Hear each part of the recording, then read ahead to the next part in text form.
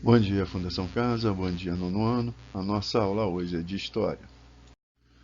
Habilidade da BNCC e do Currículo Paulista. O tema: Guerra Fria, confronto de dois modelos políticos. Habilidade: identificar. Objeto do conhecimento: identificar e analisar a Guerra Fria. O que fazer?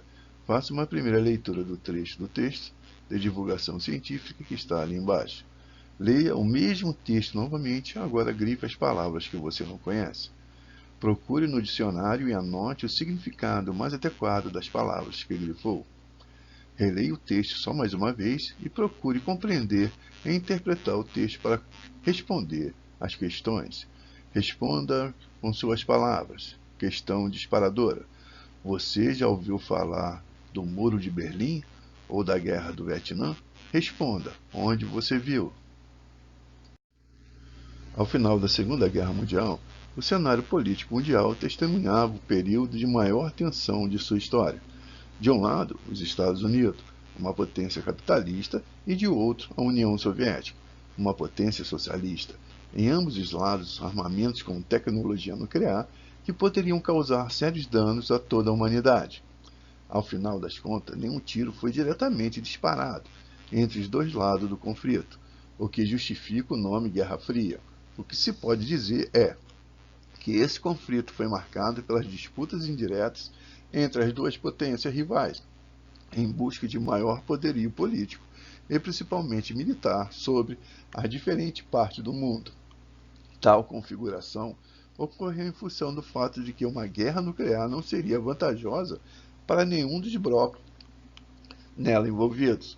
O mundo apenas conhecia o caos e o possível vencedor desse conflito não teria o que comemorar, pois somente haveria radiação e problemas estruturais no espaço geográfico do país derrotado.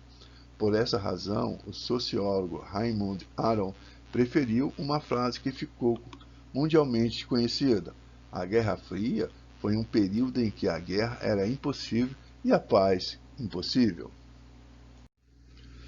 Plano Marshall versus Planos Molotov. Não foi somente a Alemanha prejudicada com a Segunda Guerra Mundial. Com esse evento, aconteceu quase que inteiramente em território europeu, a maior parte dos países envolvidos sofreu severas consequências econômicas, sociais e estruturais. Em função dessa fragilidade, os Estados Unidos acionaram aquilo que foi chamado de Plano Marshall, em que grandes empréstimos foram concedidos a esses países para suas reconstruções.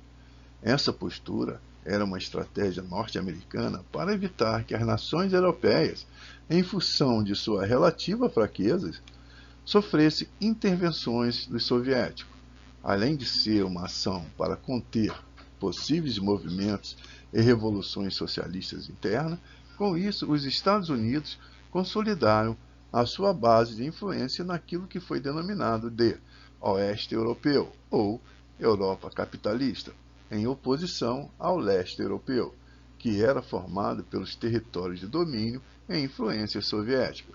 Além do Plano Marshall, os Estados Unidos também criaram o Plano Colombo, que possuía a mesma função, só que o seu alvo eram os países asiáticos.